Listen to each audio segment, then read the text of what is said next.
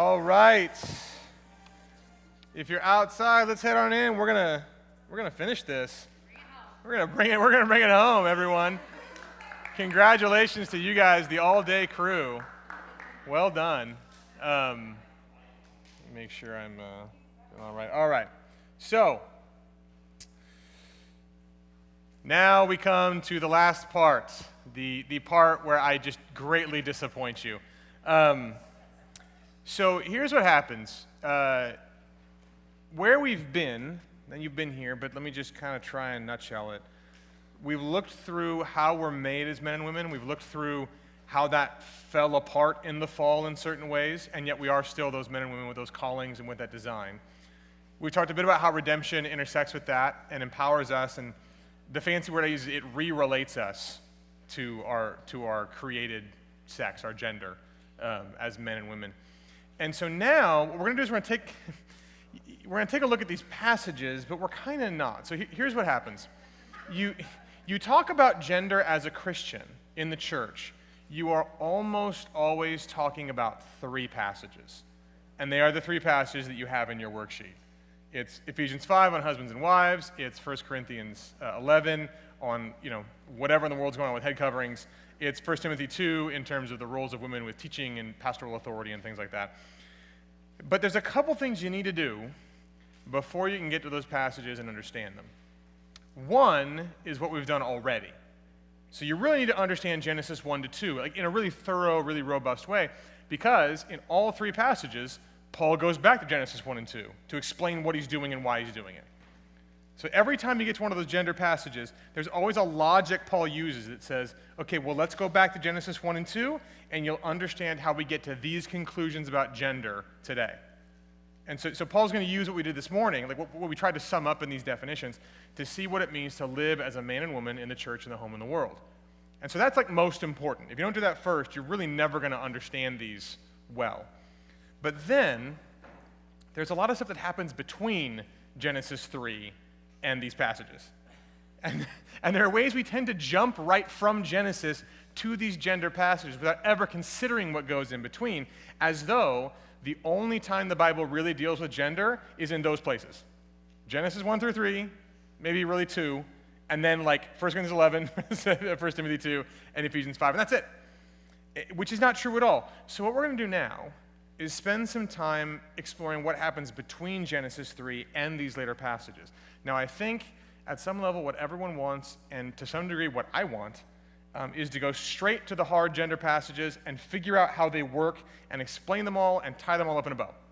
Like here's exactly what it means to be saved through childbearing, and no, women don't always need to wear hats, let's pray. Like that kind of thing. That's what we want. That's not a bad want.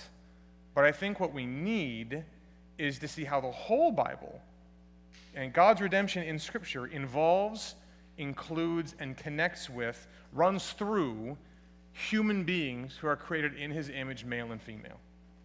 And from there, like having a sense of how the whole Bible does that, be able to land somewhat briefly, maybe frustratingly briefly, at those passages at the end, and understand them not because we've crossed every T and dotted every I in all the different things in them, but because we have a sense of the Bible's perspective on gender, on the logic the Bible uses. We have a sense of how the Bible connects how we're made as men and women, and how that manhood and womanhood is expressed in the home, in the church, and the world. So that's what we're going to do. So let's explore. Now, the entire storyline of the Bible, from start to finish, is focused on the coming together of man and woman. That might not be a claim you've heard before, but I will back it up 100 times before we're done. That's the story of the Bible. It's the coming together of man and woman. The whole thing is steeped in gender. We just tend not to see it, and here's why. I'll be brief. We tend to think of human beings as individuals who have various skill sets. I talked about this a little bit in the Roundtable. That's just how we think about what people are. So there are different people who do different things and have different skills and talents, and sometimes they come together and become friends, or come together and get married and maybe have kids, or sometimes they don't. What really matters is the individual choices they make and the individual lives they live. And occasionally those sort of intersect. That's how we tend to think about people. But coming out of Genesis 1 through 3, like remember what we did this morning. Come out of Genesis 1 through 3, anyone who's like steeped in those chapters is going to read the whole rest of the Bible really differently than that. Than a set of individuals making individual choices. They're going to read it as an interconnected like race of human beings who were geared to form and fill the earth, and now as fallen men in a fallen world. But they're going to do it together. They're going to do it in the way that they are a family, a race, a people. And so, I mean, even just reading Genesis 3, did you notice, I mean, I didn't talk about this because I was going pretty quickly. Did you see, how is God going to crush the serpent? Through a child of the man and the woman. The answer to the problem of Genesis 3 is the end of Genesis 2. God is planning on using the very creatures he formed in the way he formed them as man and woman to accomplish redemption. In other words, Jesus' first coming isn't him floating down from the sky. The way men and women are formed to be complementary isn't just how they'll happen to form and fill, but how God himself will make things right again. So God uses manhood and womanhood as the center of the first promise of redemption, and all the way through. And so you see that, and you would expect the rest of the story to be about men and women being men and women, forming and filling in the midst of sin and suffering with God at work in it all. And that's actually exactly what you see if you have eyes to see it. For example, Abraham and Sarah. If you know the story, because you went to Sunday school and you did the felt board and the whole thing, you remember, Abraham and Sarah, you tend to see Abraham as this one guy who made good godly decisions and then some bad ungodly decisions and then some good godly decisions again. And you see Sarah as this one woman who made some good godly decisions, some bad ungodly decisions, and some good godly decisions again. And we write separate books about them. Here's Abraham and his faith. Here's Sarah in the list of great women in the Bible. And never the twain shall meet. Here's a list of women, here's a list of men. Let's look at how they were all individuals who did good and bad things, and God used them all. Now, there's nothing wrong with that in one sense, but sometimes we can't see past that because we see everyone as those individuals. The bigger question that you should have if you're really, again, steeped in Scripture, the bigger question is going to be, what did Abraham and Sarah do together as male and female to form and fill the world? How was sin a part of that? What are ways they used their strength for each other, and what are ways they tried to have power over each other? That's the question. And that obviously changes the way you view the stories.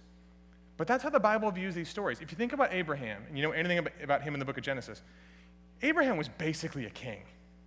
He had a massive army, give or take. He had serious geopolitical clout in the place that he lived. And you see these glimpses of that in the story. I mean, imagine the way he shaped that land in that time period. There are battles and territories, all this stuff. But what sense do you get reading about his life in the Bible? You get a little bit of gesture to that power and that significance as a part of what seems to be a much more important story about his marriage and his family and how he is as a man and a father and how she is as a woman and a wife and a mother. And that's the vision you get, because that's where the things are happening. And that's true of a lot of other places, especially in the Old Testament. There are so many times when the heart of the story is men and women struggling towards the promise together in complementary ways, helping and hurting along the way. Sometimes failing each other, sometimes growing more into what God intended us to be. We tend to think of history. It's just a thing we do. Part of it's modern culture, part of it's just being human. We think of history as made by the powerful and significant in powerful and significant moments. Battles, kingdoms, giant achievements, presidents, wars, this is what makes history. That's what history is. And we think that sometimes, this is what our stories are about, sometimes your everyday normal person is swept up into the palace, swept up into the giant achievements, swept up into the cosmic battles, that take place on these grand stages of war and kings and battles and presidents and everything else. But God's sense of history is just really not like that. It's not like ours. God, in God's history, in the history God writes, it's kings who are swept into the story of normal, ordinary things, like men and women coming together to give birth. That's what ends up happening.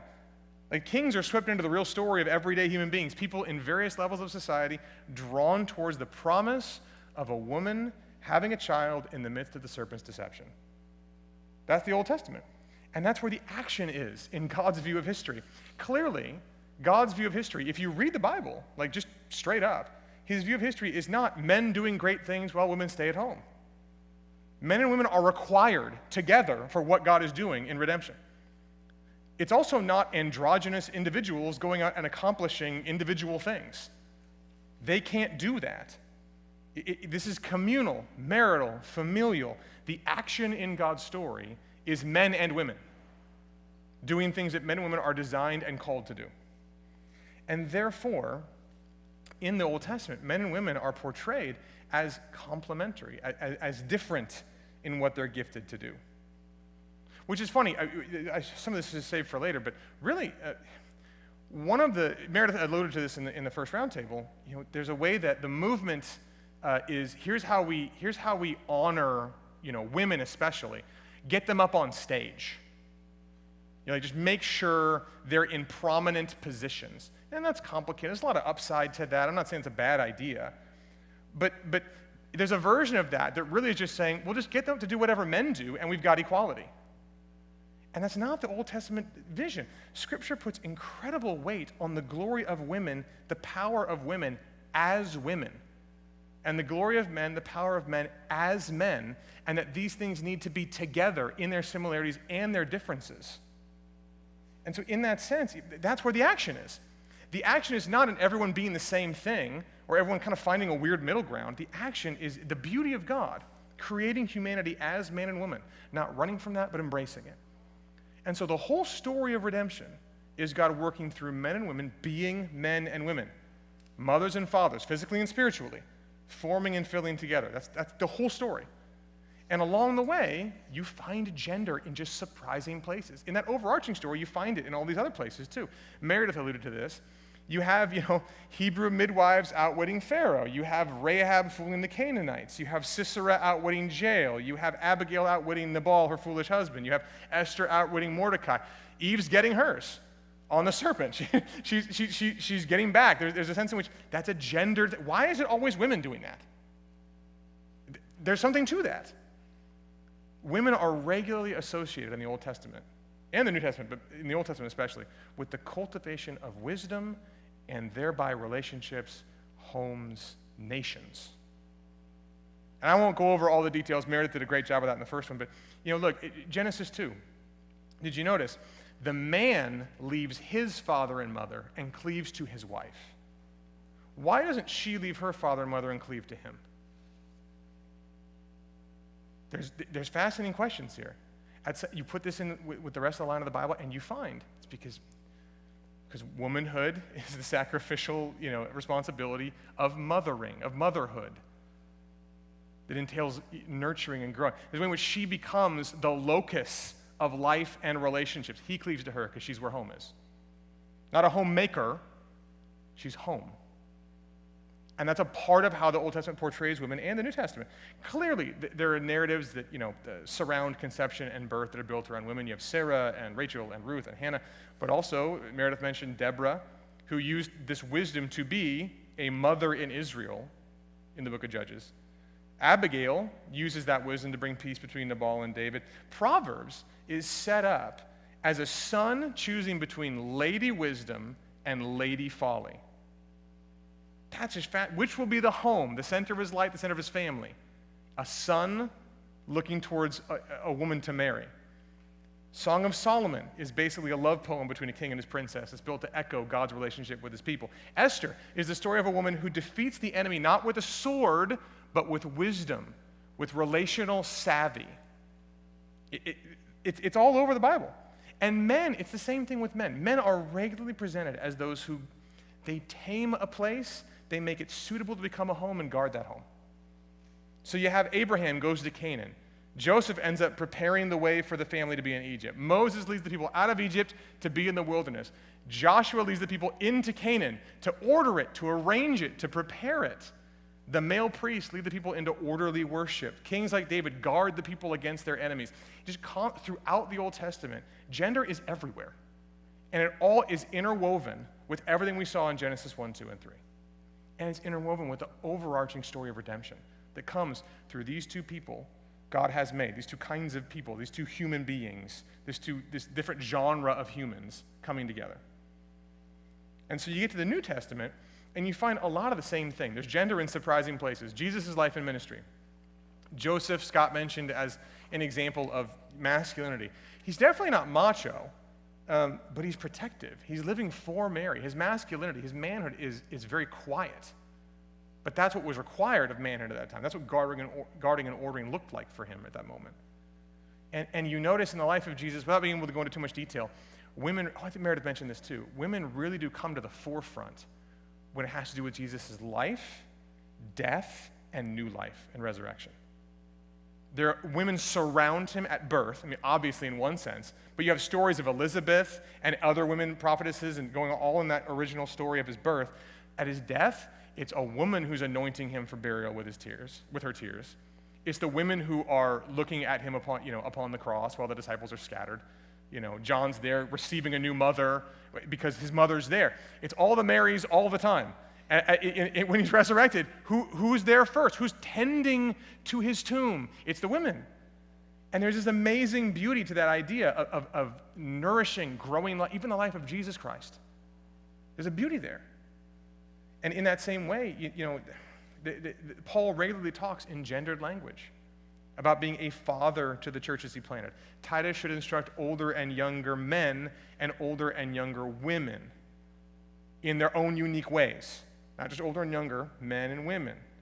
He talks about how he was, Scott mentioned this one, like a nursing mother to the Thessalonians.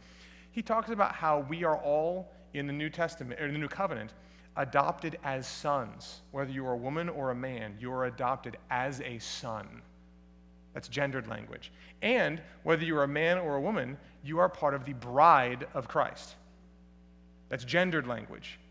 Why all that gendered language? Because it never stopped being important.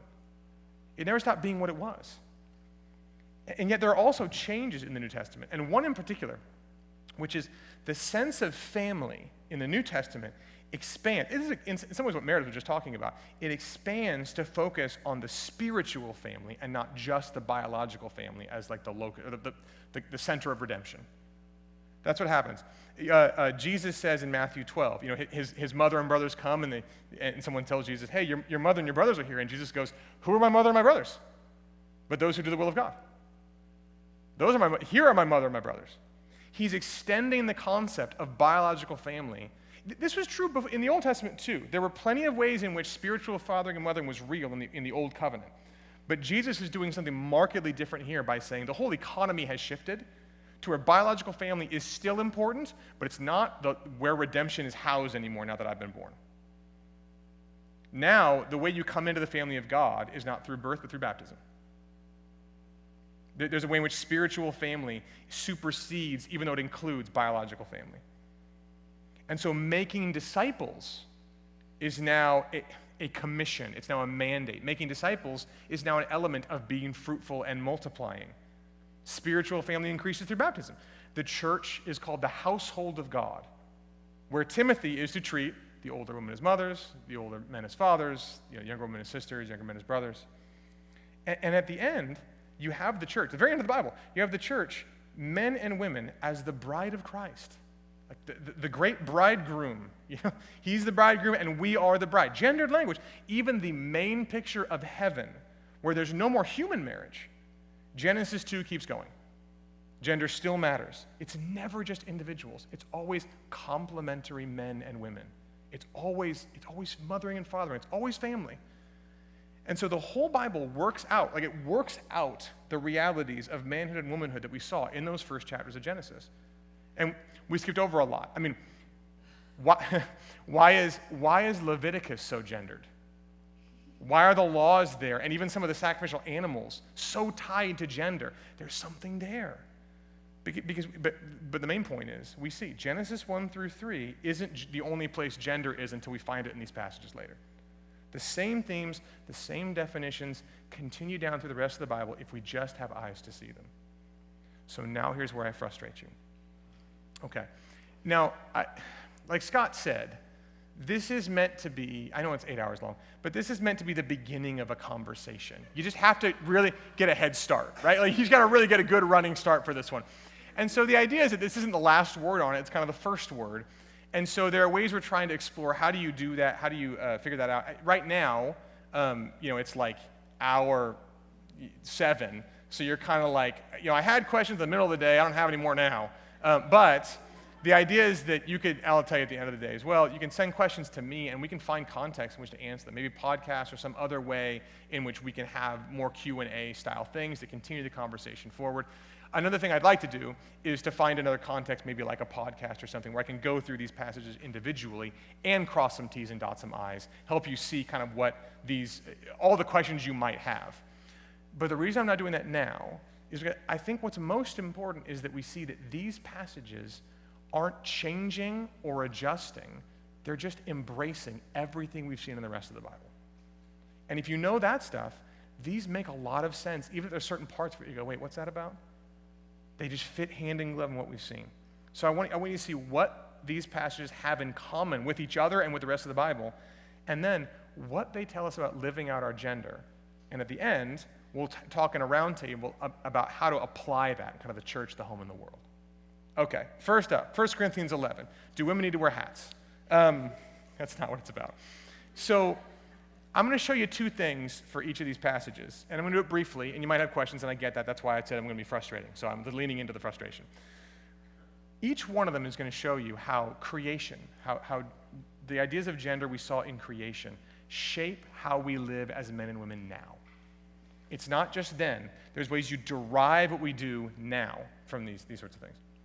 And so here's one example. 1 Corinthians 11. I'm not going to read it. What you see in 1 Corinthians 11, if you read through it, is how creation shapes what Paul is saying.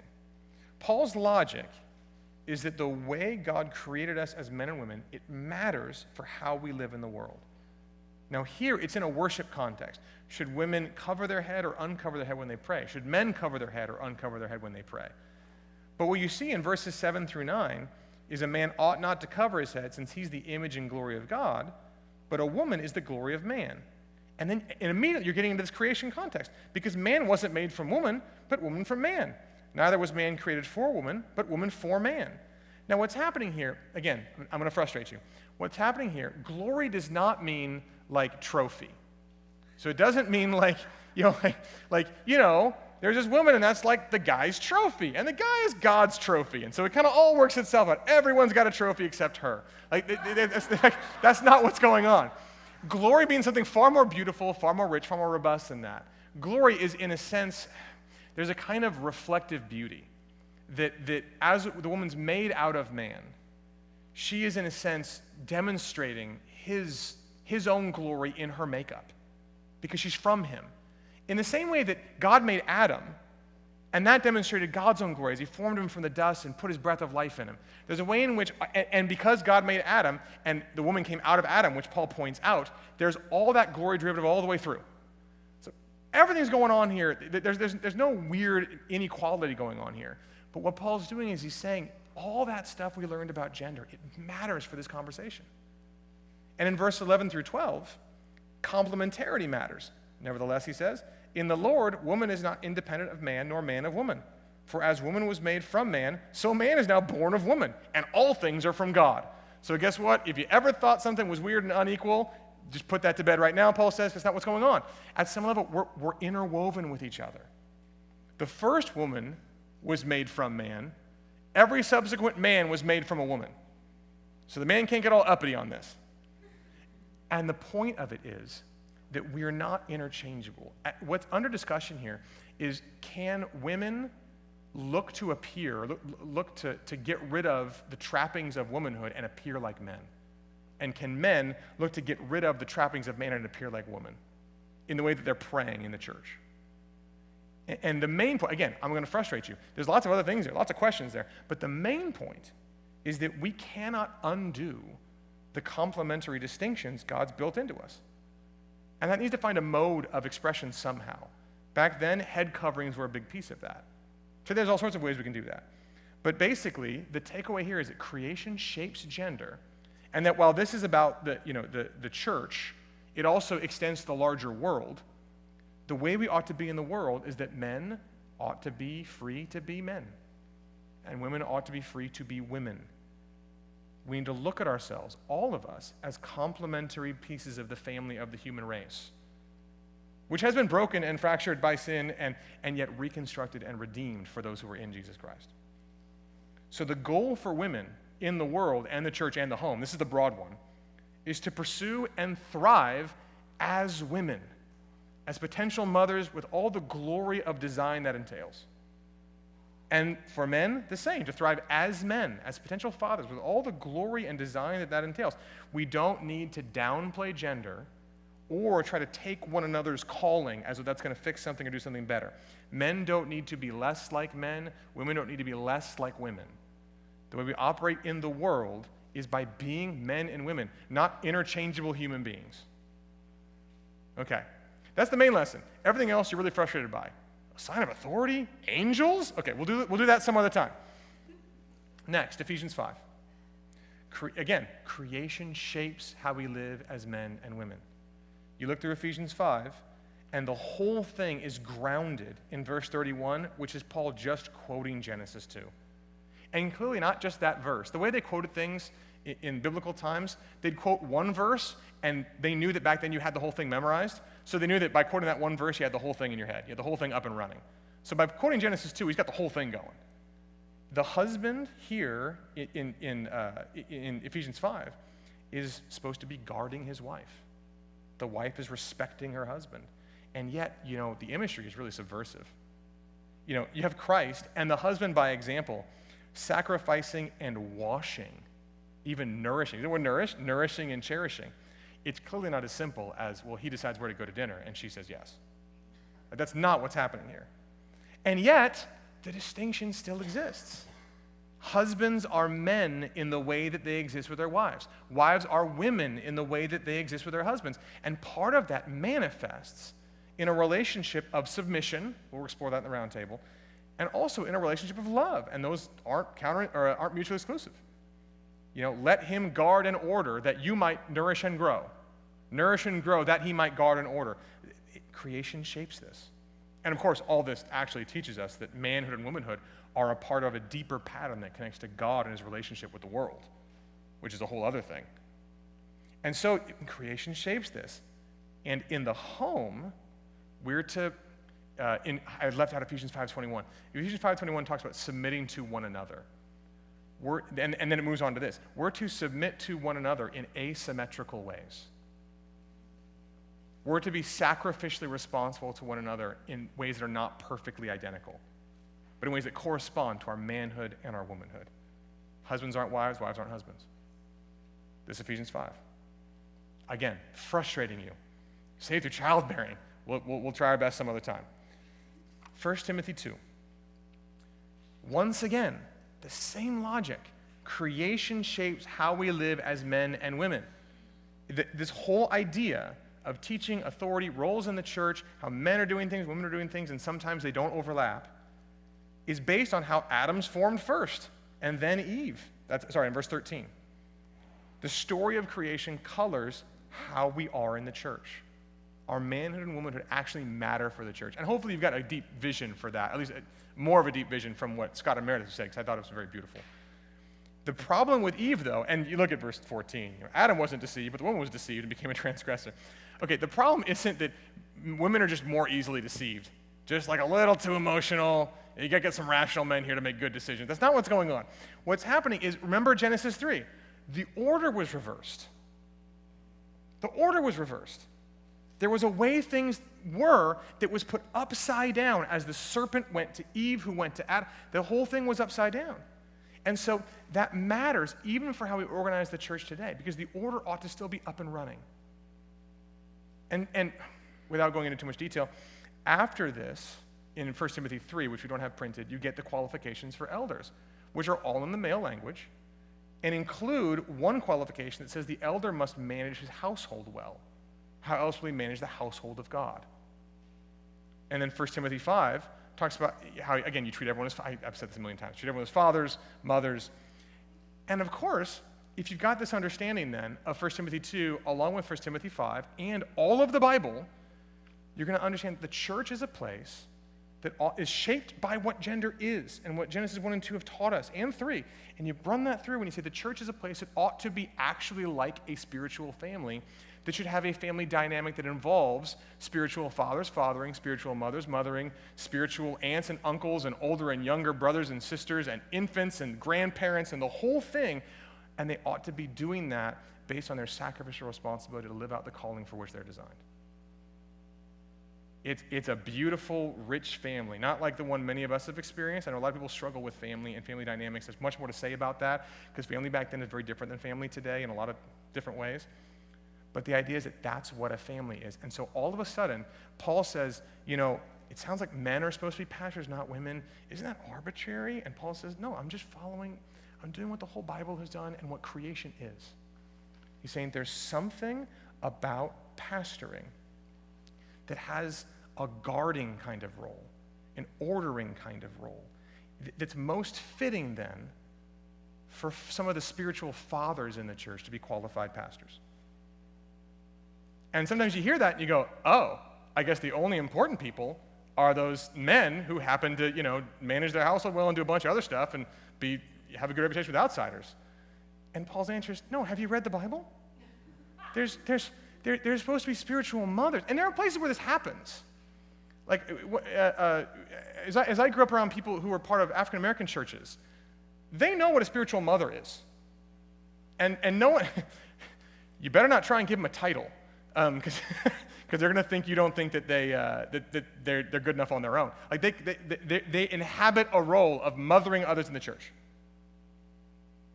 And there are people who are spiritual older and younger siblings. And there's a way, I know some Korean friends who everyone who's not your parents in the church are auntie and uncle. Because they're all family. And they have ownership over your life the way that older people should have ownership over a younger person's life. They speak into it as spiritual mothers and fathers, as spiritual seniors. And there's much more we could say here. After in 1 Timothy 3, there's deacons and deaconesses. There's ways in which those are spiritual fathers and mothers, spiritual older brothers and older sisters. But what you have ultimately is this sense of a family where everyone is vested, not with power, but with sacrificial responsibility to use their gifting for one another. And a big part of that's even an essential part of that, is their gender and how that relates them to one another as part of a family, not just a bunch of individuals. And so what Paul says just tracks right with everything else. You have motherhood, you have fatherhood, and apparently it's something, and if you look through the Bible I didn't go into all of this, but if you look through Scripture on how pastoring and eldering is described, it is very much a guardian role. It's a role in which you are guarding doctrine, guarding souls, and therefore it makes sense it's fitting with fathers in a way that's not necessarily fitting with mothers, without excluding mothers as vital and necessary elements in any family. The same way that, they're vital, necessary elements in any family. And so, again, frustrating everyone, but this all revolves around family. The way manhood and womanhood are about fathering and mothering and how that branches out into various relationships in the home and the world and the church. And so let me try and kind of sum up briefly before the roundtable. If you're a Christian, it means that you are part of God's family. Redemption has re-related you to the calling for which you're designed. And that knits you together. You're just an individual who happens to be re-related as a man or a woman. You're part of a family where your manhood and womanhood is expressed, found, discovered, enacted. And so we live together in the church as men and women who are spiritual brothers and sisters, mothers and fathers, grandparents and aunts and uncles. We relate to each other as men and women in those varied ways, and those aren't all the same. Younger sister relates to older brother differently than spiritual mother relates to grandfather. There's all these different ways in which this works itself out.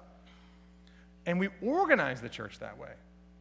There are servant ministers that are mothers and fathers, older brothers and sisters. Some of those fathers will be elders and pastors, guarding and ordering the church. And doing so alongside the other spiritual fathers and the spiritual mothers and so on and everyone else. And then we live in the home as men and women, husband and wives, possibly mothers and fathers, sons and daughters, brothers and sisters. we relate to each other as men and women in those ways. We use our complementary design to serve and care for one another that way in the home. And out in the world, well, we live as men and women, men or women. In a sense, we sort of represent our spiritual family out in the world. You go over to someone else's house for dinner. My parents did this sometimes. You go to someone else's house for dinner, and you're going over there and basically represent your family well. Like, don't put your elbows on the table. Don't not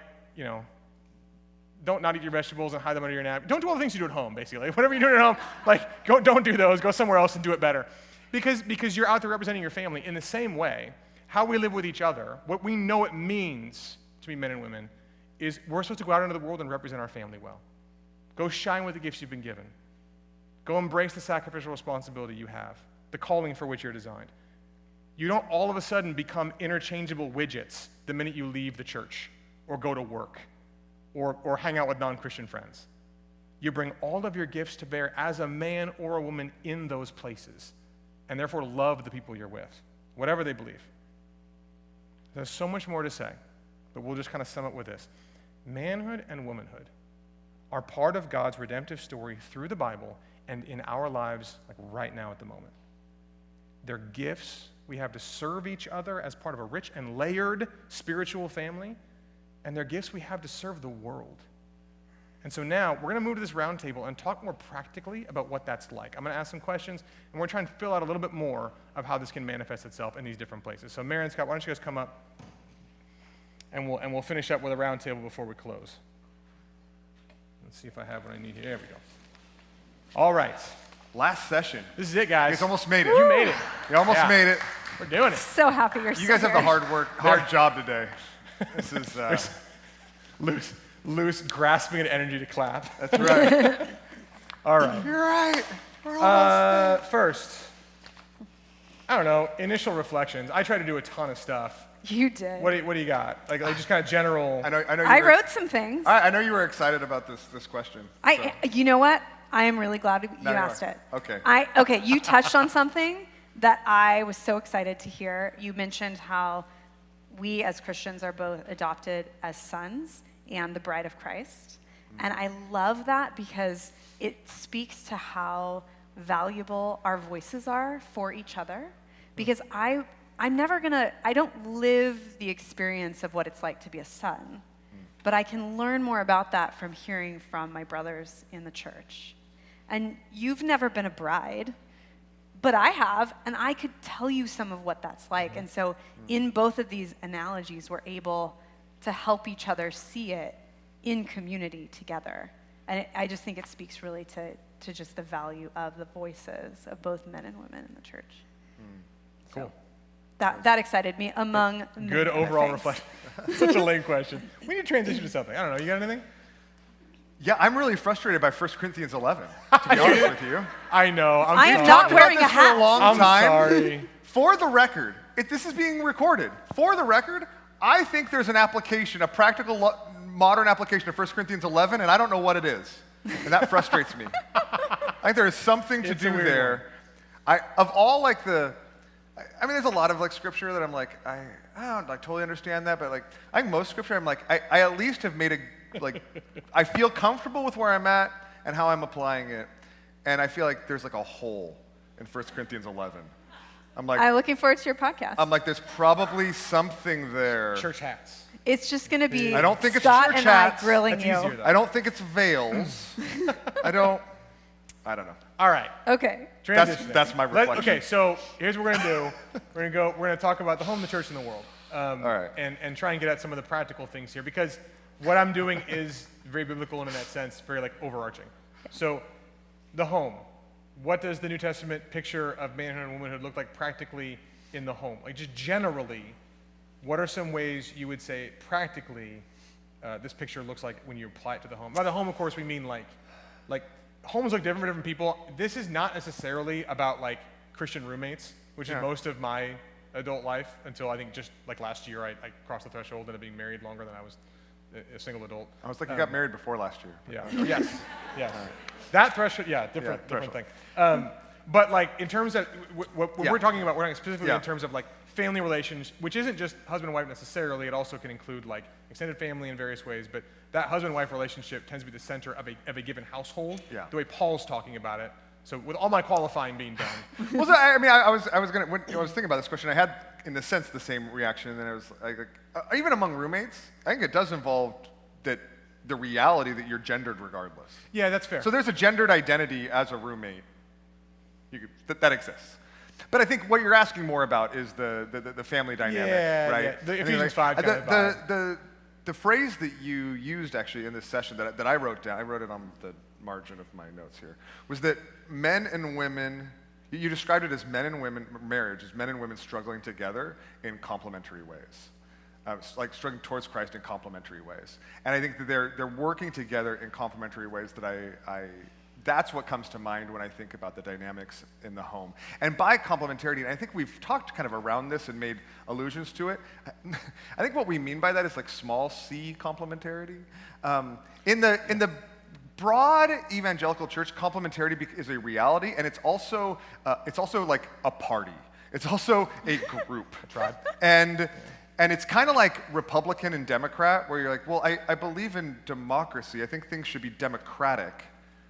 But by that, I don't mean the Democratic Party. Like, people assume that I say democratic, that I mean like big D, like everything democratic. I think by complementarity, I think we mean little c complementarity in the fact that when people hear that, they're like, oh, so you ascribe to all the things that anyone who calls themselves a complementarian is all about. And I think that because these have existed in parties, we shy away from that because we're like, fair. No, the parties are kind of broken and they're kind of reactionary. But man, it's an important word. Just like democratic is a really important word, right? Complementarity is a really important word, and I think it describes really well how things function, particularly in the home. And when I think about that and how men and women complement one another, what that looks like practically, there's not strict lines. There's not this list of things men do and lots of things women do. But as I was thinking about it, it feels like, I think oftentimes it looks like a very real tension. Because I think husbands and wives particularly feel a real tension about who does what? And how are we going to work this out? And how does that reflect our manhood and womanhood? But I think that actually it's a tension, it's a real tension that is relieved over the course of time and faithfulness. That time plus faithfulness works out some of these things that actually after 20 years, because you find that it's actually less about who does what. It's sometimes about who does what, but it's also about how they do it. It's not about what you do, but it's about how you go about it. And if it's a husband doing it, there's other things the wife needs to do, right? It's not about who puts the kids to bed. But if a husband always puts the kids to bed, there's also a time that the kids need a type of nurturing from the mom. Yeah. From the mom that if it doesn't happen when the kids go to bed, like there's other times for that, right? And so it's not about exactly who does what, but about how they do it and how you work out your roles and your strengths for the good of one another, for the good of any children you might have, for the good of the community that you serve together. And that's a very real tension that I actually think that most couples are frustrated about, that they don't figure it out in like year one. But you don't.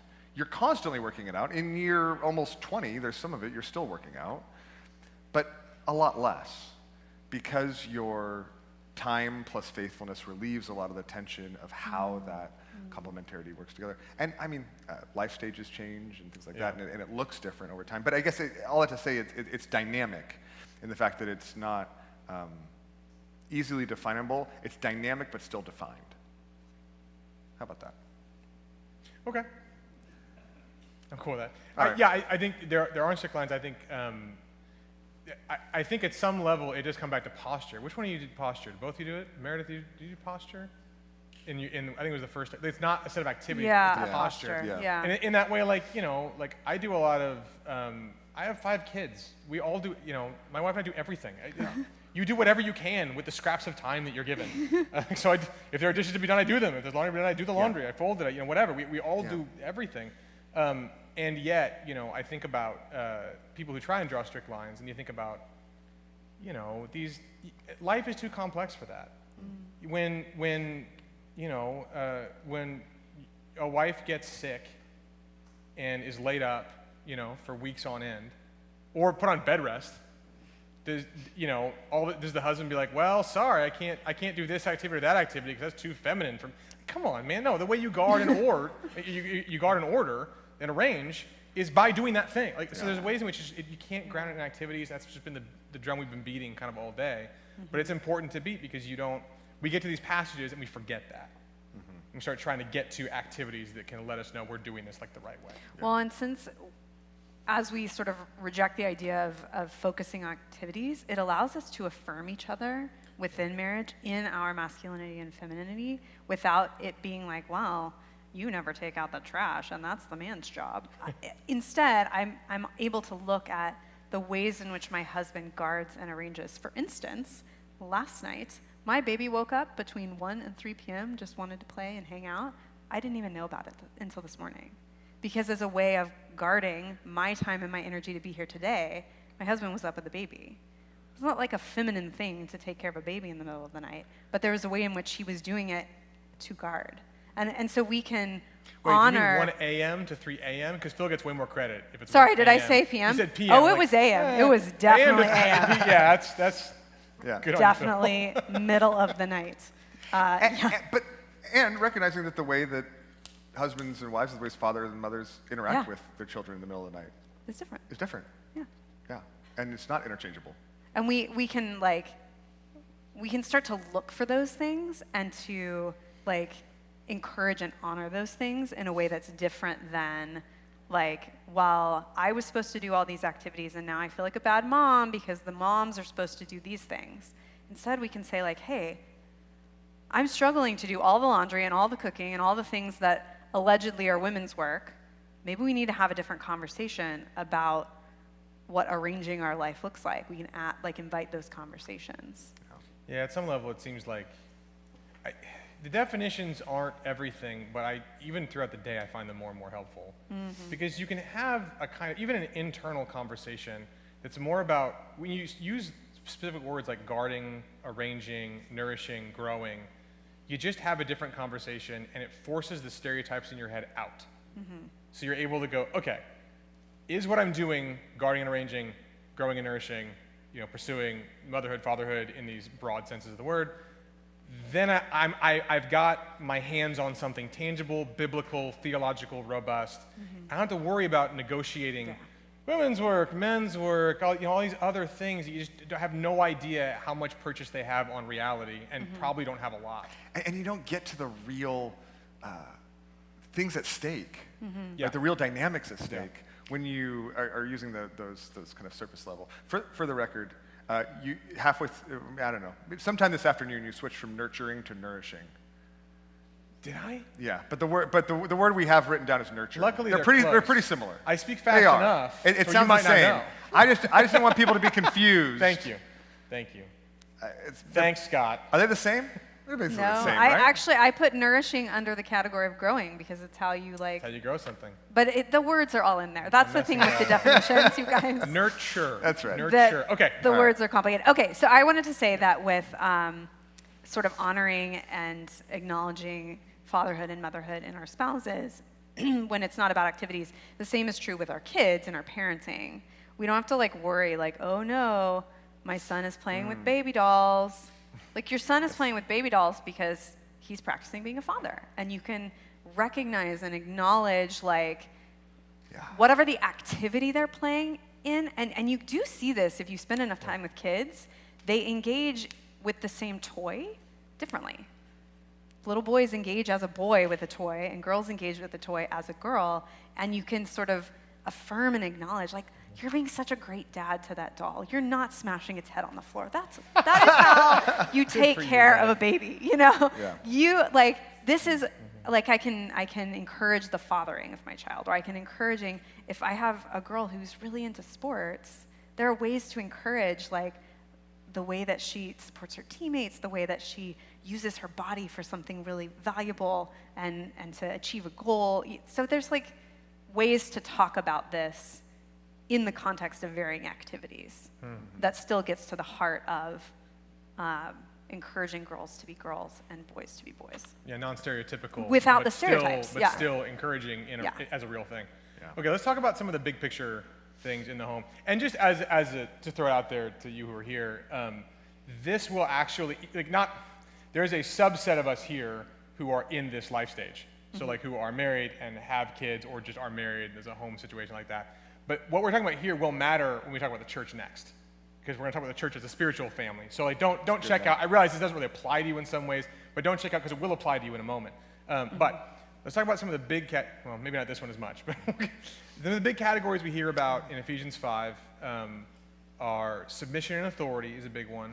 Also in this category, we tend to hear about work, careers, income, gender, how all those things intersect. Yeah. Let's take a crack at talking about those. So how does the picture of manhood and womanhood we talked about today help us with something like authority and submission when we see it in Ephesians 5 and want to see it played out practically? Yeah, I mean, I think it just helps us see that we should expect that relationships would have order and at times authority. Like that exists, that under God's order, that the call then for a wife to submit to her husband, and we could explore what all of that means, but would it be expected that there's an order to these things and that there's a beauty and a power to that? And I think that authority and order then aren't even about, we mistake when we think it's about worth or something like that, but it's meant to teach us something about God, about the nature of God, about some of the dynamics of our relationship to God, and it's why he says, we submit to one another, because there's all sorts of different forms of authority, right? There's authority within the home, within the church, within society, that God says all teach us and point us and are ordered for a purpose. And so I think we should expect that to show up in the home. And then it also shows us that when those things function with a desire to, it makes me think of I've done tons and tons of premarital counseling, and Ephesians 5 is, you always end up there, and it's always like, before you've experienced it, almost every couple's like, what? Like, what does that look like? Like, I don't know, how does that work? Like, what does that mean? But when you experience it, living towards one another in distinct roles and even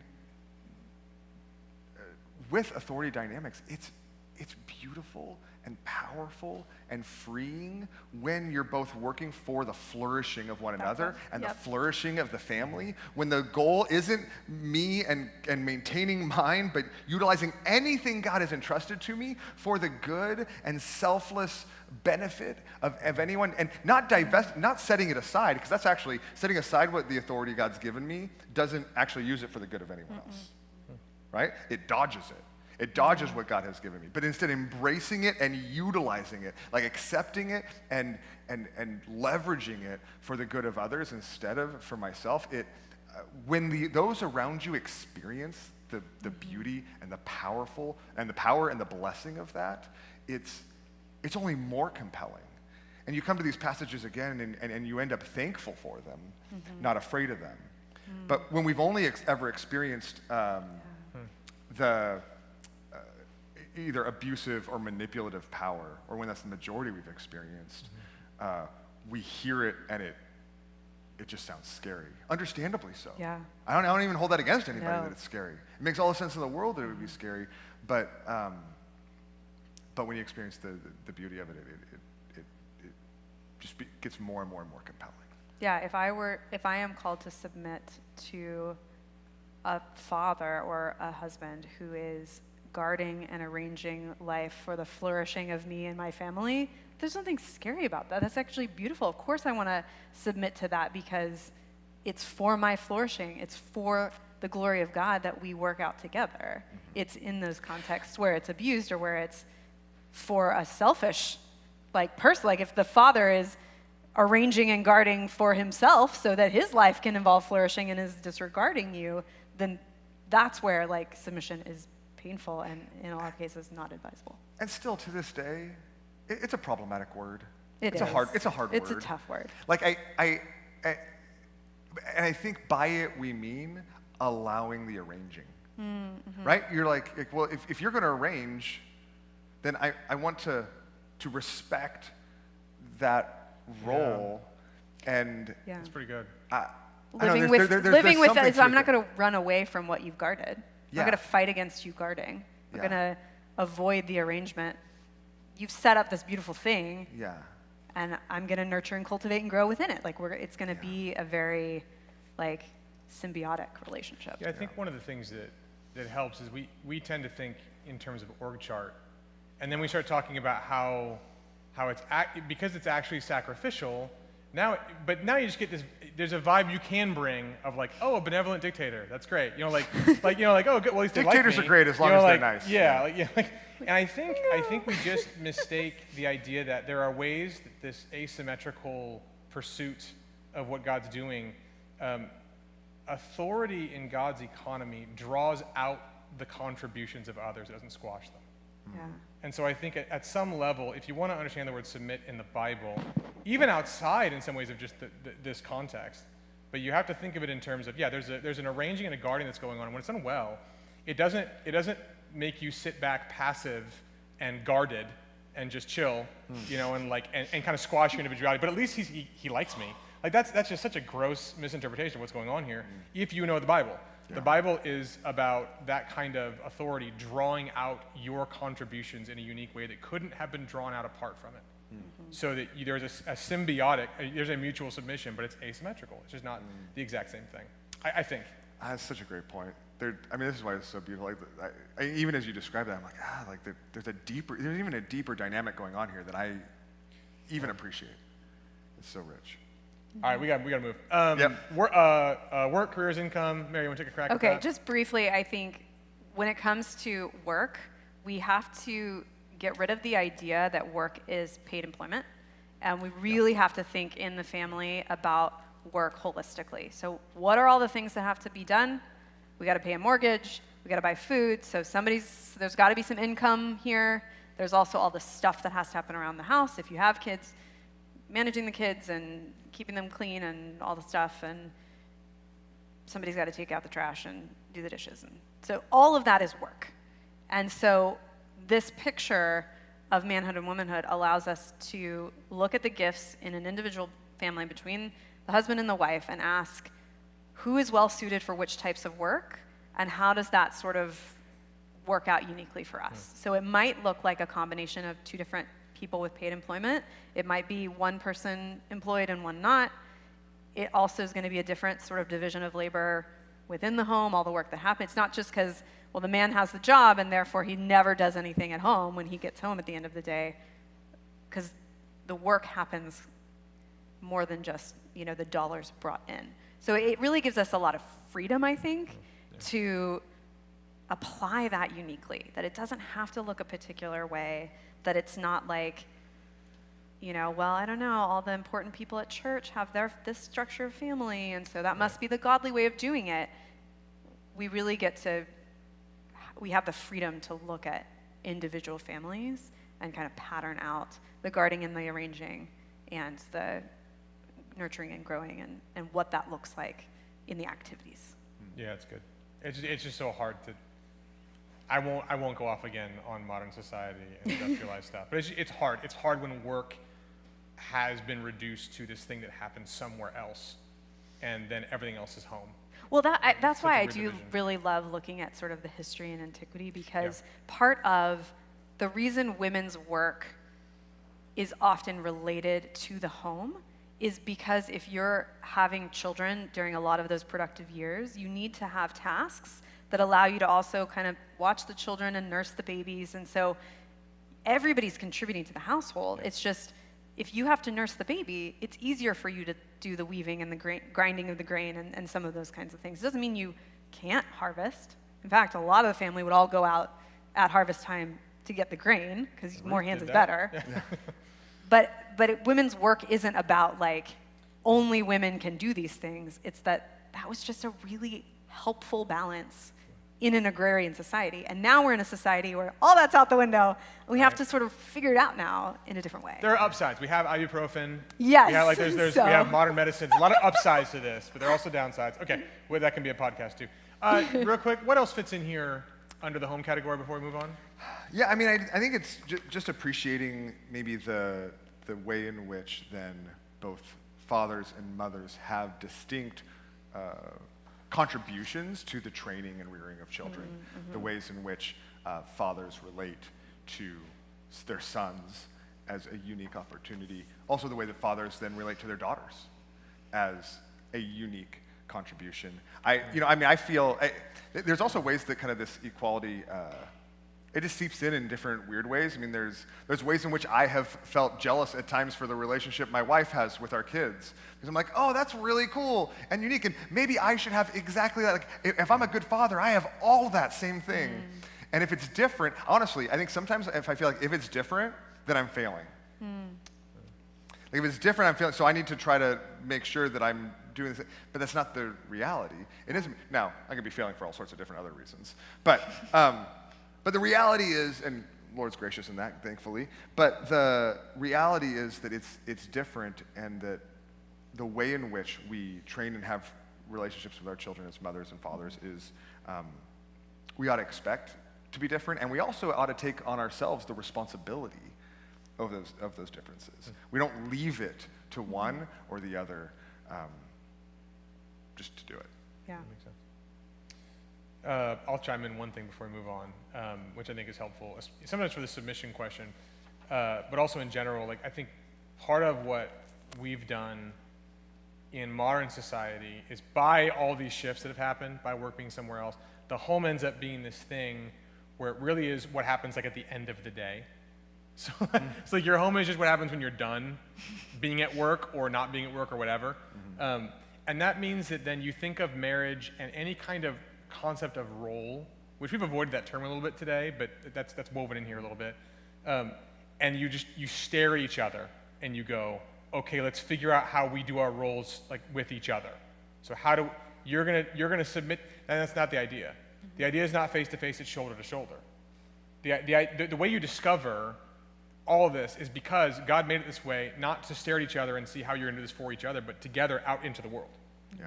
And so I think at some level, we have to understand the home as something oriented. It's not just us and I, at the end of the day, kicking off the shoes, wearing the slippers and dinner and whatever else. The home is the locus out of which, the household is the locus out of which God does a lot of work in the world. And my home doesn't exist for me and my wife and my kids. My home exists for the world, for God's world. And so we're only gonna ever really discover this stuff if we're shoulder to shoulder going out. What does God have us to do here, and how does our complementary design allow us to do that as husband, wife, mother, father, etc.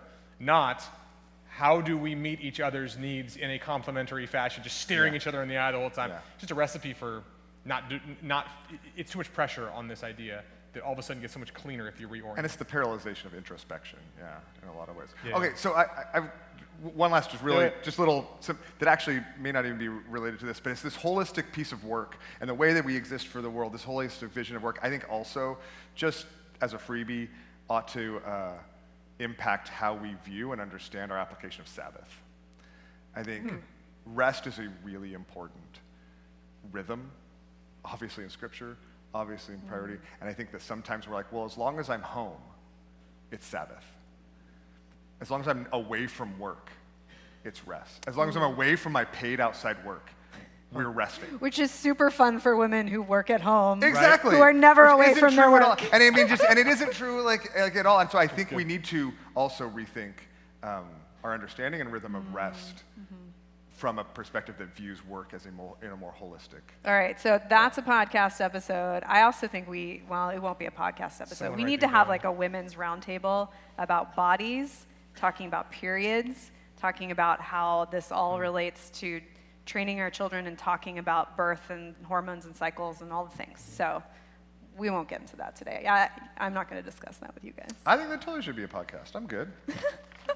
We'll get a couple. Not necessarily with us. I'm not sure. We can be there, I guess. All right, moving on, a little more broadly applicable, because let's talk about the church. So the picture of manhood and womanhood we've talked about, Generally, first thoughts on how it looks practically in the church.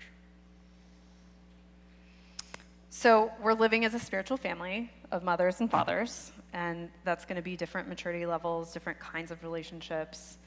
It means that we can engage in mixed gender contexts, and it's good for us to be around each other. I remember ages ago, we were part of a church plant, and the first time we created community groups that were not gender specific, I lost my mind. I was like, we are not allowed. I cannot have a Bible study and talk to men, and what if we're friends, and I don't think that's okay. And like, praise the Lord, we did it anyway, and it's been so good to interact as brothers and sisters, and to really train ourselves to view each other as siblings. And there's some healthy changes that I think come in the church when we actually treat each other really like a brother, really like a sister. Yeah, I mean, I think it's so key because I think, and this has implications beyond gender, but especially in genders. I think we need to fight to view the church. In Scripture, the model for the church, what we're supposed to think of the church, is a family. Yeah. It's like a family, not an organization. We think of it closer to an organization, right? It's something I'm a part of. It has leaders. I'm like a member of it, or whatever. Like, we think of it in our modern society closer to an organization I'm a part of than a family I'm a part of. And I think that Scripture doesn't have any concept of that. Like, it's really fundamentally a family. And so when we see each other as brothers, sisters, mothers, fathers working together, a lot of the questions that arise, actually in lots of different ways, but especially around gender, about the nature of gender relationships, about the importance of gender. What if you grew up in a diversely gendered family with multiple sons and multiple daughters, but the sons and daughters didn't really interact, right? Super weird. They kept separate because having friendships didn't make, like, it would be so weird in your house, right? And I think it should be equally weird in the church. And at the same time, I think, well, we're getting to some of maybe some of the other questions, but I think community groups, that's why it's beautiful that they can be co-ed. There should also be spaces where you spend time together because genders are different, and you're going to react, and we should have spaces and contexts for both, but need to think of that in a diverse, more organic way that mirrors a family, not an organization that sets up programs to make it happen. You live together as a family, and sometimes you do a father-son weekend, or like there are important contexts for separating, and the majority, though, is family life. Yeah. Back then, I think, too, there was a way that we tend to think of family in terms of young children, and back then they just didn't think that way. The brothers were learning their craft, and having learned it, were working together with their father, like during the day. And that relationship, in some ways the individual relationships are all different because it's all different brothers, but there is a band of brothers, to borrow a cliche phrase, but there was also a band of sisters. And there are ways that all of those interactions were colored, not by their gender in this weird, like, superficial way, but because they really were brothers and sisters. The brothers weren't sisters, the sisters weren't brothers. They interacted with each other in different ways that then allowed them to be blessed when they were all together in different ways. The brothers were working to provide for the mother. Like, there's all these ways in which this all works itself out as adults that sometimes can give us a better picture. When we say family, we're not talking about, like, we're all a bunch of 6-year-olds and some of us are 8, and so they're going to help us out. We're talking about, like, grown family in a way that we don't normally think about. Because when we're 18, we stop having a family until we might get married. That's how we do it in America. It's weird. But back then, they had a family forever. And it was really enmeshed. And so the idea of those dynamics were all really live, and you knew when your older brother was talking to you that was a different thing than when you were talking with your younger sister, or your mother was talking to you as a man. Like, all those things were all different. And so it's dynamic that way. We have to think about it, I think, that richly. We're not talking about this like, oh, well, we're all having brothers and sisters. Hey, brother, hey, sister. That you can talk that way if you want. That's fine. Maybe it helps. I have always wanted to refer to you two as Brother Brian, Brother yeah, Scott. Okay. They won't let me, but apparently I just opened the door for that. Sister Mare. That's Sister fair. Meredith. It's a helpful reminder, but it's not a static relationship. We all have the same one with everyone else in the church. We're all brothers and sisters. It's a dynamic thing that plays itself out in some ways by experiencing it as the people we're made to be. and pursuing Christ together. Yeah. Yeah. And you know, I think this is even more, because you say like, oh, like in a modern world, this isn't how we function anymore, and so that's why we have to be reminded of this. This is even more important in West Los Angeles. Yeah. Right? Yeah. Where whatever natural dynamics of that exist in many different places, there's a few people, there's like a minority of people that do have that in West Los Angeles, that have extended family here, but the vast majority of us don't. And so all the more reason that God has designed the church to be that, where it doesn't and when it doesn't happen. Yeah. But it also means that it's also a little bit more foreign, because life is not set up like that at all. And so we have to recognize that and in one way or another kind of come to grips with it. All right, let's get kind of more specific in terms of church. Let's talk like Sunday mornings, community groups. Like how does, you show up on a Sunday, like how does gender matter?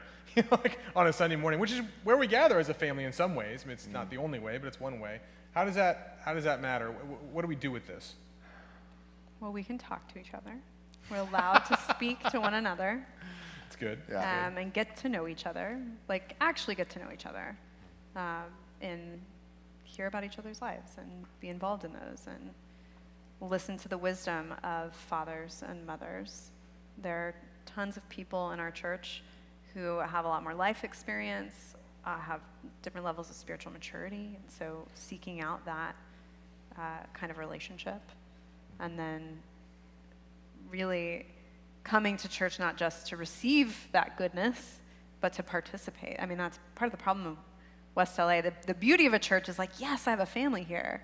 It's also something that I have to commit to. I need to show up. I need to be a mother and be a sister here. I can't just show up and get served on a Sunday. Family life isn't something that just happens once a week. Yeah. It needs to be something we're involved in. Yeah, I mean, it makes me think of thinking about it like showing up to family dinner, right? And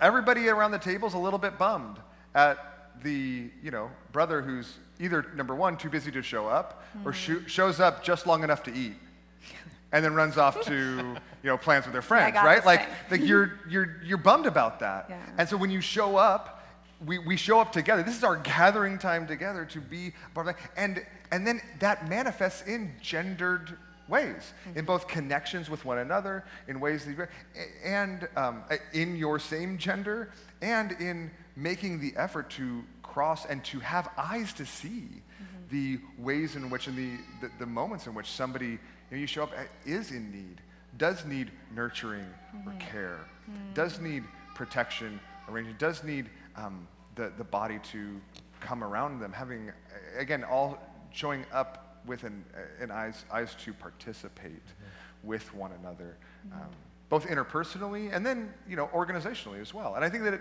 it also will mean that different people function and serve in different ways, not exclusively gendered ways. But again, the goal isn't that there's an equal amount of gendered people serving in each area or each capacity. Like there's going to be tendencies, there's going to be ways in which people serve differently in their capacities, and we can both acknowledge that and benefit from. I think actually when the more the church functions organizationally, the more we tend towards to downplay gendered expression, because it's more and more like the world, where we're just looking for interchangeable parts.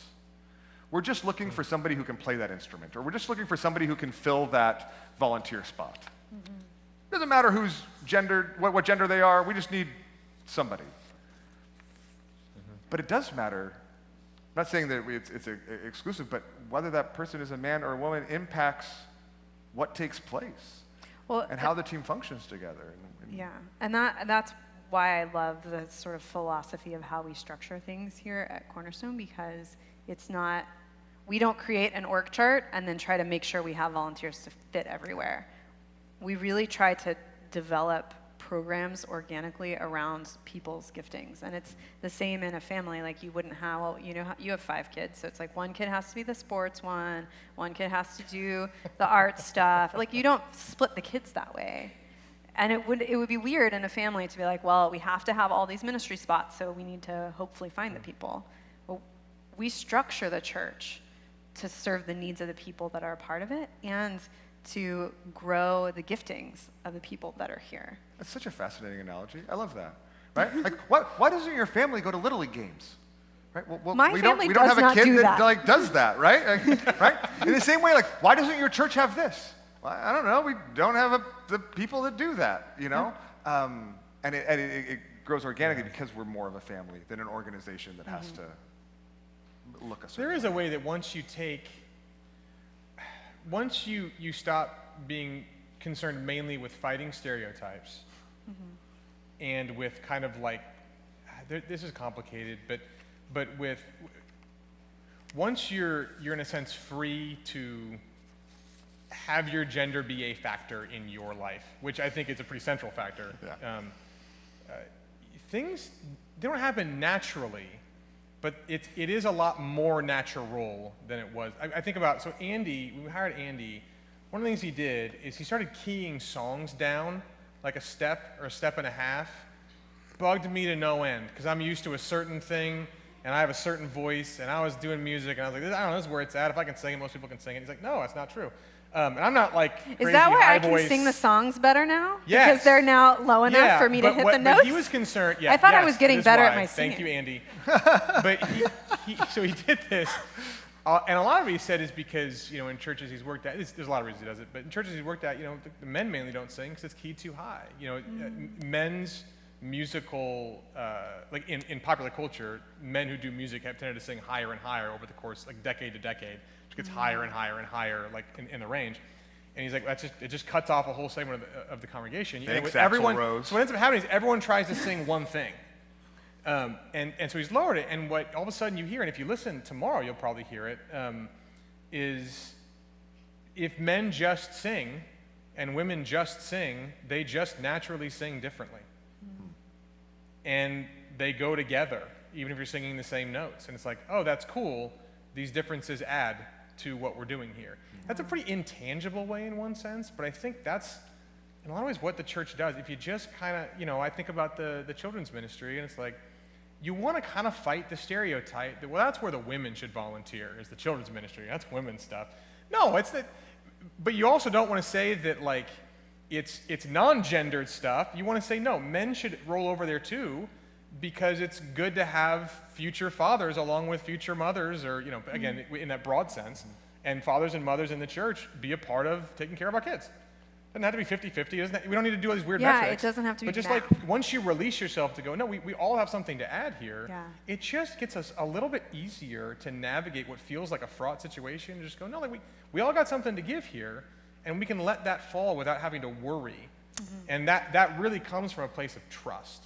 Yeah. So that's, I think, from Ephesians 5 to talking about well the church, Yeah. it really is a larger issue of, can we trust each other to not take advantage of each other? And I think for some people, that is a lot harder because of past experiences. And for some people, it's harder because of just general insecurities. Yeah. And for some people, maybe it comes easier. But I want to be gentle when we talk about it. It's not just this natural, easy thing. That trust is not something that's just a given. But I also want to say it's something worth pursuing. And if we can find ourselves in an environment where we're willing to have a culture of mutual sacrifice and willing to risk a little bit to participate in that culture, I think slowly, gently, and gingerly with different people who need that gentleness and gingerness, we can move towards a place where in the church, gender is a thing that's real and beautiful and good. And the brothering and sistering, mothering and fathering, all of that is something we find ourselves coming to without having to wade through as much mentally and ideologically, as much as just you show up and you sing, and it's just different, and it's pretty when it's together. Yeah. And that becomes a little bit more of our common experience. Yeah. That's good. I appreciate that you mentioned that sort of like trust building, because I think that, especially for women, being in a congregation that is male elder led can feel scary if you're listening to a lot of the conversation in the world about how if there's not a woman in the room who's looking out for us, who's like, making sure our voice and our perspective and our needs are known. And I really appreciated, Brian, earlier when you were talking about the way in which fathers guard and arrange, that the elder role is a guarding and arranging role. And it's not something that happens in a vacuum, in quiet, closed doors, where like nobody gets in and no women are involved in the conversation. Mothers are really actively participating, and the work of elders becomes a relief when you trust them. And when you've got a group of men who you trust to guard and arrange for the flourishing of the church and for the glory of God, who are constantly engaging with mothers, and the mothers' voices are an active part of speaking into decisions, then it's like, that's a burden we don't have to bear. And I think that there's such a beauty to this when it is done in a healthy way, and I think that's what we're trying to really build here at the church, is the context where we're not always going to get it perfectly right. That's just our human problem, but there really is a beauty to this, that it's authority isn't who has the power, it's who's bearing the responsibility for guarding and arranging. And when men are willing to step up and take that and alleviate that so mothers have more capacity to nurture and to grow, that relationship can really, really thrive. Yeah, let's talk structurally for a couple of minutes. Because it is funny, I quoted Hamilton earlier, or I alluded to it, and the room where it happened, everyone wants to be in the room where the meeting happens. Yes. See? Quoting musical Scott, 10 years later. Are we going to have a whole Hamilton conversation here? I'm so proud. But I think it's just funny that, there's a way that, and I understand why, but there's a way that, like, I want to be able to say, eldering and pastoring doesn't happen in a meeting. Yeah.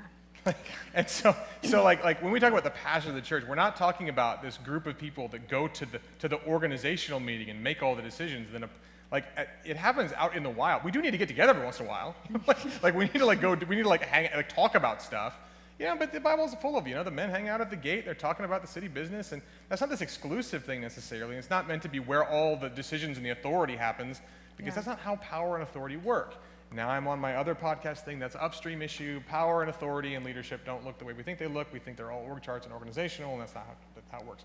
But I really want to talk about that. but structurally, like practically, we have said, okay, so we're seeing Paul and we're saying, it makes sense that he would say elders are men, because eldering is a kind of guarding and ordering thing. So it's fitting for men. It's connected to man in a way it's not connected to womanhood. So what else do we need to say with that? I mean, it feels like there's some things that need to get said alongside that, and I said a few of them, but let's talk more about that, maybe slightly practically, but just in general, like structurally in the church, organizationally, what do we have to say about that?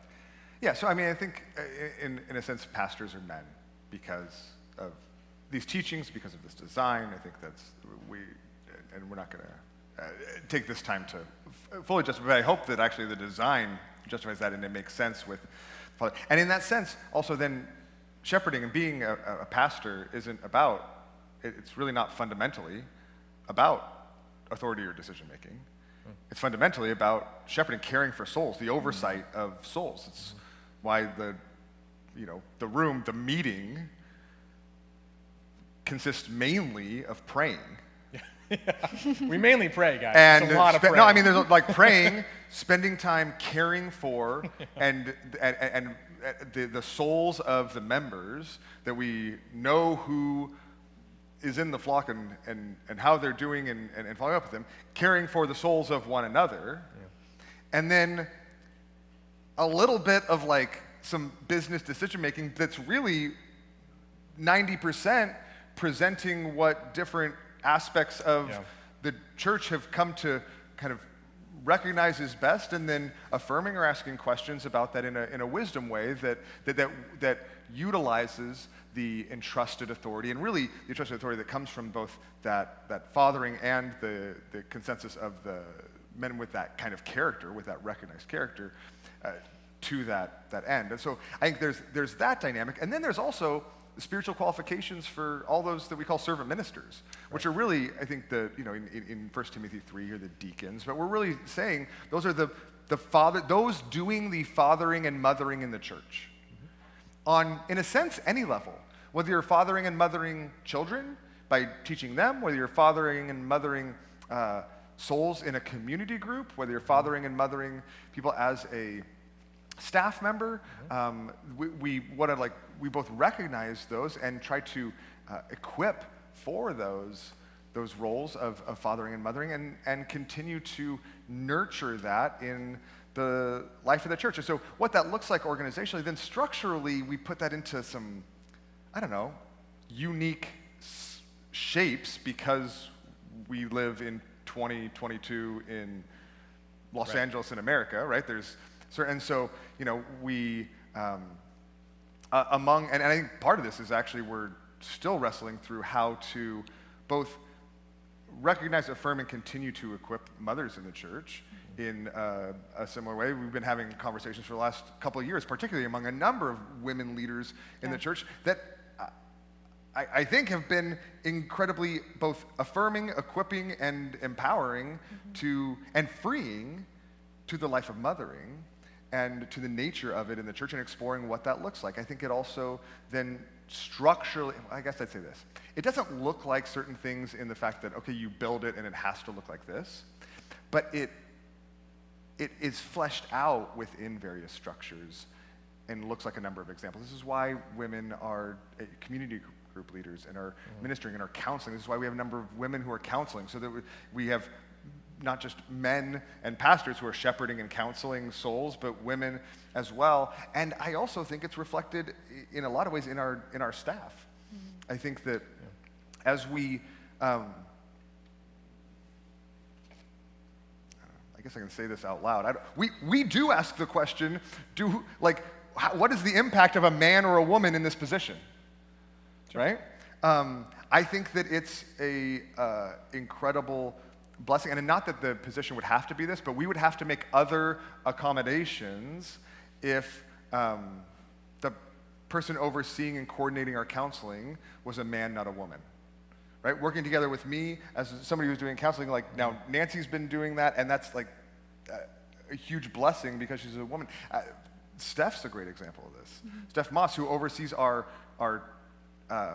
and facilitates our staff, HR, and things. She does so as a mother, right? As a mother, and the fact that a mother in the church provides that type of facilitation structurally brings something, brings dynamics and benefit and fruit that that would be different, and not the same that we would have to make different accommodations for if a man was in that position.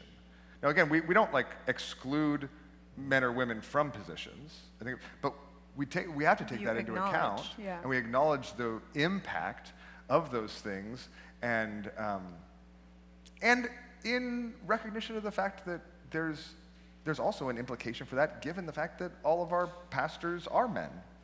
Right. That there's a dynamic at which women need to continue to be both equipped, empowered, and freed to not to be equal. To be equal, not to be the same, identical. Yes, identical. That was the word I was looking for. Not to be identical, but complementary in how we function as a church family. So, I don't know if that's what you were looking for. No, I think that's right. It's a little bit nuts and bolts. Well, I think it's also really useful. It's nuts and bolts, but not everybody knows that that's how the church is structured, and not everybody who attends Cornerstone sees all the stuff behind the scene and the way that you guys seek out and mentor and grow and develop women specifically, that you're eager to find and identify those mothers and find ways for them to serve according to their gifting and capacity. A lot of that is happening in these ministry contexts that, if we really did Cornerstone profiles, you'd see there are tons of mothers involved, but you don't know that unless you're in certain meetings or contexts. And I do think it needs to be said, because it's also something that I think in these, from a theological conviction, this is one of the ways that it has worked itself out over the last number of years. And I'm afraid that actually in a lot of elder-led, male-led churches, it's not the case. Right, and if you show up to Cornerstone on a day when we're affirming a new elder and you see 12 men get on stage, you're going to be like, ooh, I know what that church is about. And you kind of need to know us a little bit before you start to see the real dynamic that's happening. Yeah, I think that's right. I think there are ways that, I appreciate what you're saying. I also just think that it's relatively natural to want to learn from the spiritual mothers of the church. So there's a way that, like, there's a way that could be construed even there. It's such a fraught area. Elder-led, male-led. The word led has all these connotations, like what that means and what that entails. But like at some level, it's just not weird. It doesn't feel strange. It doesn't feel like we're like making sure we're listening to women. It's like they're just we're the family dynamic is at work. At least for me, and I think for us, where it's like I don't know. I know the women in the church. I know the spiritual mothers. I want to hear what they have to say about a whole bunch of stuff, not so that I can like justify our structure, but because that's the family dynamic that's at work. That's what we do. Right. I don't need to make sure I listen to the voice of my wife at home, because I genuinely value, like we work together and figure out together, I genuinely value that. Like at the same time, I think we experience that in the life of the church. Right, we're like, well, I'm not trying to do this to like make it work. Like, there's a genuine value and trust that grows. But to your point, I think it takes time to experience that. You have to be a part of the family to experience and you that. Wouldn't know what's happening in some way. That's right. You don't like show up at family dinner once and like get it. Understand exactly how the family works. You gotta be a part of the warp and woof of the like family that. dynamic. I know. Me and Jim Leonard. That's right. Okay. There's obviously a lot more we could say there, but ideally the picture that we're giving is one in which, at the church, we want to see gender be a factor because it's a dynamic at work in our lives that's relatively central, and one that we need to complement each other, and one that invites us to flourish as the way God made us to be. Yeah. So that's like that's the vibe. How that works itself out is all these different ways, but that's the goal, right? We want to be a family together, brothers, sisters, mothers, fathers, all getting blessed by that, and blessing others with that. So that's the goal. With our last kind of few minutes, let's talk about the world, which is a little different. You know, like home and church kind of have these weird. You're kind of in these Christian environments a little bit. If you're a Christian, give or take, situations are different. Ideally, not the church situation, maybe the home situation. But the world is just kind of, you're just going out in the wide world and being a man or a woman. Like, what does this have to do with our life in the world? I think it really shifts the way that we bring ourselves to work, and there is a certain freedom to not have to check your gender at the door when you walk into the office. Not that everything I do has to be overtly feminine, but that I can appreciate ways in which I do my work as a woman and really look for the fruit of the Spirit and cultivating what's really important in work. I mean, you're bringing your gender alongside with the gospel. Those are coming together in the way that we engage with the world. And so a lot of it's going to look like fruit of the Spirit and bringing flourishing into the world. And I'm going to do that as a woman a little bit differently than my husband does as a man, or you guys do. Yeah, and there's ways that I think too that there's a way, it's so complicated, there's a way that you can hear that and go, okay, so men are going to do it one way, we're going to do it a different way. In one sense, what we're saying. In another sense, the individual differences are all a part of that too, right? So Yes. It's like this is not a simplistic thing. You can't put it on a bumper sticker, but it's still real. And I think that what I've found, and obviously, I mean, I work in a church, so my experience in the world is more relational than it is like work. A lot of work makes sense. But what I've found is that there really are, you can't get away from these realities. No. God made the world the way he made it, and he made us the way we are made. And there's only so much you can do, even when you're trying your hardest, to fight that and get away from it. And so I find myself seeing glimpses of being mothered, fathered, older sibling, however you want to put it, by plenty of people who aren't Christians in this like common grace sort of way. We're like, yeah. man, I could never say this to you, but you're really kind of mothering me right now. That's kind of cool. I appreciate it. I couldn't say that because they get maybe offended, but it's so joyous and like wonderful to watch God's common grace in making human beings manifest itself and be a blessing to me. And I think that that's just one of the ways that we have to go out into the world, is to go, we don't have to, it's not even common grace to us, it's special grace too. It's being re-related to these realities that are the way God made us. And so we get to go out into the world and really flourish as men or women, man and women, in these complementary ways, and just bring a lot of joy with us in that way. Yeah. So it's not a restriction, it's an enablement to let your design kind of go out and just see what happens, because you're also an individual with different gifts and strengths, and however that's going to work itself out, that's a beautiful thing we get to do out in the world and to rep your family well. Yeah.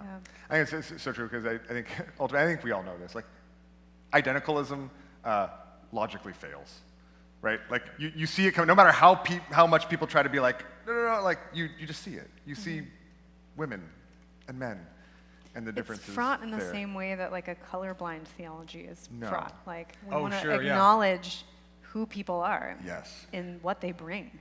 And I think that as we do, I think then that also frees us to. Here's the thing: when we're striving to utilize our manhood or womanhood for the flourishing of others, it's a lot harder for people to bristle at it, right? When I'm when I try to like assert it so that you see it, or so I can prove it, or like prove myself, or like defend my culture war or something like that, people bristle at it. It doesn't work well.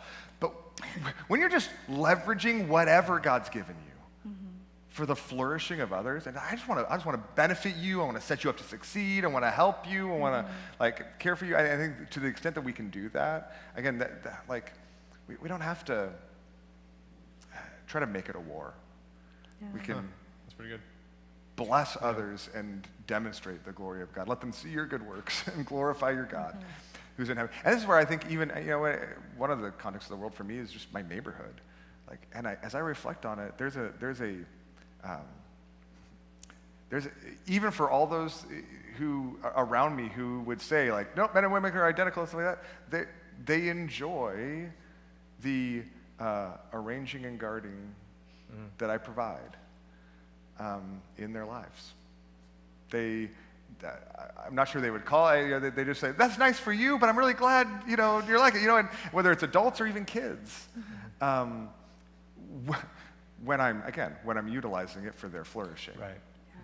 When I'm exerting it for my own selfish gain, it doesn't work well, because that's my sin. But I think it's, I don't know, it can be an apologetic. It's compelling.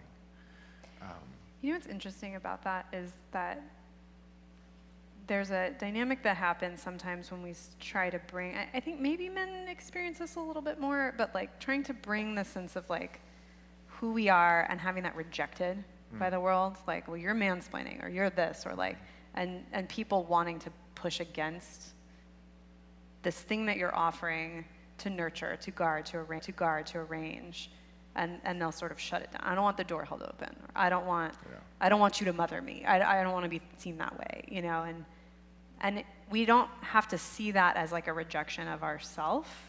We can have compassion when we see it, especially from people who don't know the Lord, that like, my goal was to support your flourishing, and I really long to see you flourishing, and it's not personal, like you're fighting against the flourishing that God has designed for you in all aspects. And I'm getting the vomit all over myself, but it's really not about me. It's about this person rejecting something beautiful that you were hoping to share. And so I think that helps it, still have to wash the vomit off, but it helps it hurt a little less. I appreciate that. And that's the focus too. I think at some point that's what you're trying to do, is you're trying to, I think Paul, in some ways Christ, so I appreciate your complications, Scott, with that. Like the reason that there are great examples of manhood in that as examples is because they weren't really caring about being men. They were just trying to sacrificially do what they were built to do, to father and guard and order. And to the degree that Paul can talk about him doing mothering stuff, he just doesn't really care that much about it. The eyes are on something else. Yeah. And if our eyes are on loving other people out in the world, yeah, we'll still get plenty of blowback for a variety of reasons. Who knows what that is? But that wasn't the point. The point wasn't to not get blowback. The point was to love people. And it's just, I think it just gets slightly more natural that way. Yeah. All right. Closing thoughts. 5 minutes, so we each get whatever that math is. 3/5 of the time. I'll try to do the shortest so that you can. Oh. I want to hear what you say. My closing thought. Actually, I think that was. You kind of just said it. I want men to be encouraged that you are a man, and that's different from being a woman. And you're not going to have all the, even after an entire day of this, you're not going to have all the answers to that, what does that mean? But I just want to invite you to explore what that means, living out your identity, living out your calling, and do so instead of trying to focus on, okay, let me try to be a man, and but just as a man, feel free to explore how God wants you to use who he's created you to be for the flourishing of others, for his glory and love for them. And as you do, you can trust that he's going to both lead the way and so you're going to manifest manhood as a result. And so we follow him instead of turning in on ourselves and being like, okay, let me try to make it what it is. So. I love, Brian, that you talked about how throughout Scripture God works in these sort of domestic home family contexts. And I'm excited by this vision for manhood and womanhood and by the opportunity to get to work it out together. We're really a family here. This is Cornerstone, the family. And so as we continue these conversations, as we reflect on different aspects of today, I'm excited to learn more about what that looks like. And I know that there are so many women in our family whose mothering I need to hear. I need to see the ways that this fleshes out in ways I'm not even thinking about yet. And so this really is sort of the opening volley to something that is going to hopefully be a larger ongoing part of the life of our church. Is God, he likes to work in families. That's good. Here's my 2 cents, and we'll send you off. One thing I want to close with is the biblical story, and all of it, not just about gender, is a more real and more true story than any other story you've been told you're living. So we're not laying like this weird veneer over the top of the world and saying, we'll just pretend this is the way it is. That is the way it is. You live inside that story, you're living inside reality, no matter what anyone else says. And in that, you're going to find yourself doing more flourishing, because living with the grain of reality is always more flourishing than running against it. So what we talked about today can sound very foreign when you leave here and go back out to a world that tells you a bunch of other things about gender and your life and everything else. Those aren't more true than this. This is more true than that.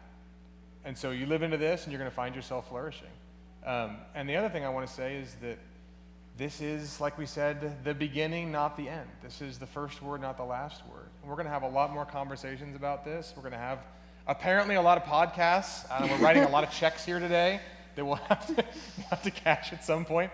But you here, you worthy few who have done this for 8 hours, you're the early adopters.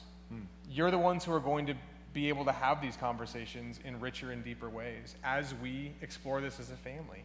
And I literally could not be more excited for that. Not just because it's you here in the room, but because it's us as a family. This is a beautiful thing we're trying to do, and I want to experience it in all of its fullness. And you're a part of that. And so as we go have these conversations, as it becomes more intangible You know, more kind of like, oh, I don't see it. It's not like perfectly structured.